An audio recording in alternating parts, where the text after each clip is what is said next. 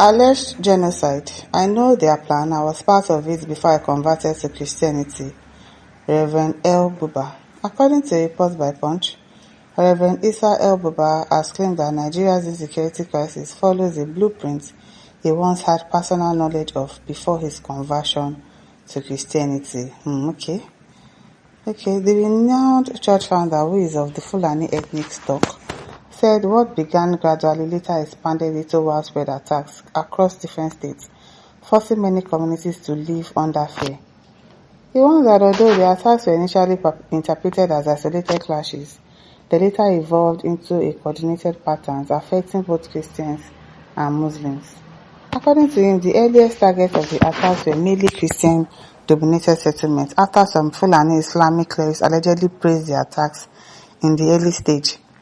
In his words, initially, it was a targeted attack on Christian communities. Did you hear? That's coming from somebody that is from their tribe, though he's now a Christian, but he's saying it was initially targeted on Christian communities. And some Fulani Islamic clerics were even proud of it, saying it served them well. Did you hear that? However, he added that the same violence expanded beyond its original target, saying, but now, it's hitting everyone, and it's largely concentrated in the Middle Belt region. He then made a startling personal revelation where he said, I know their plan, because I was part of it, before I converted to Christianity. Adding that he had raised these warnings long ago, particularly during former President Goodluck Jonathan's administration. According to him, the present security challenges did not emerge suddenly, but they were ignored exactly. They ignored it, they dismissed it, or they politically watered it down, saying it's nothing serious, until the thing escalated, and now they cannot quench that fire again. It will be hard for them to quench that fire of insecurity. El-Buba said that what Nigeria need is not silence, appeasement or half-hearted reaction, but truth-based intervention, backed by sincere leadership. He argued that insecurity worsened when financial interests overshadowed public safety and when whistleblowers were sidelined. The Reverend Gentleman urged political leaders to allow service chiefs work without interference and to accept the support of global intelligence-driven military partners. He also appealed for honest religious dialogue, stronger community protection, and an end-to-end shielding violent masterminds. He concluded that peace will not come by denial, but through courage, fairness, and unity. Yes. And thank God this is somebody from their tribe, somebody that has been part of this thing before he saw the light and became a Christian. And he's saying that he knows their plan. This thing started a long time ago, and they were dismissing it that it was nothing serious, it's not a big deal, until the thing escalated. So can you imagine?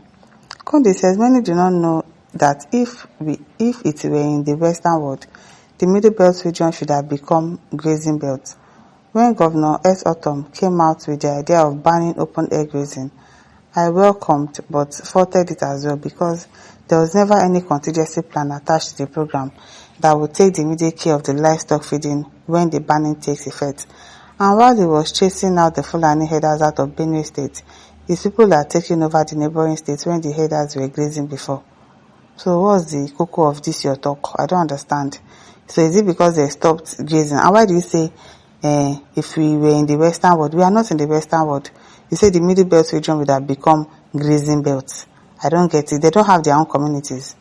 They don't have their own state. Why are you going to graze in another person's land? I don't understand. You have your own state. Graze in your state now. Why are you going to a Middle Belt to graze? I don't understand what you are trying to say. Joshua Okon says, God bless you, sir. Let them accept the truth and act now to stop this buying. Sultan Dasuki says, all we need is evidence, not much talk. Which evidence are you looking for again? I don't understand. Evidence that what? This person said he was part of this terrorist group. He was part of the people that were buying, that were targeting Christian community at first, before they spread their tentacles and started buying both Muslims and Christians, because of course we can't deny that some Muslims have also been affected by this insecurity that is going on. So Sultan Dasuki, I don't understand what you're asking for. All you need is evidence.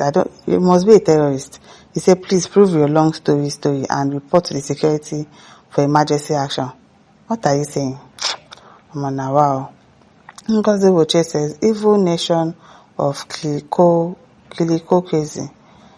Abel says, you said you know their plan. What is their plan? You couldn't say it, idiot. Can you imagine? Why are you calling him an idiot?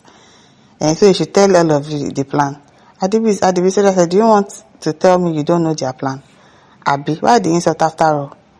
They want to Islamize the country. That's what they want to do. They want to turn this country to a Muslim country where there will be no Christians at all. That's what they are trying to do. So what are you saying? You say you know their plan. What's their plan? Ngozi says, try. See, it says, Gumi is one of the sponsors of bandits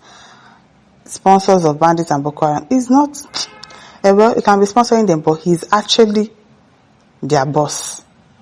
He's the main leader. He's the main leader of terrorism in this country. He knows a lot. He's not just their sponsor or anything. He actually created them at this point. That is what he actually mobilized them. I'm telling you. See, it says, what are those communities that was attacked by the FULAN1 saying? I think this is the right time to come out so that the world will hear. Sonny Ogwata says, it's high time you people tell us what we need to hear. Mohammed says, list the whole names of whom you were planning together. Okay, now. King says, please, if you cannot say it to expose Islam, say it so that you can provide evidence of what you are saying. You and who mentioned the name for your people's sake. If not, you're a liar and a bad person. Okay, Amadi Kado says, the truth is out.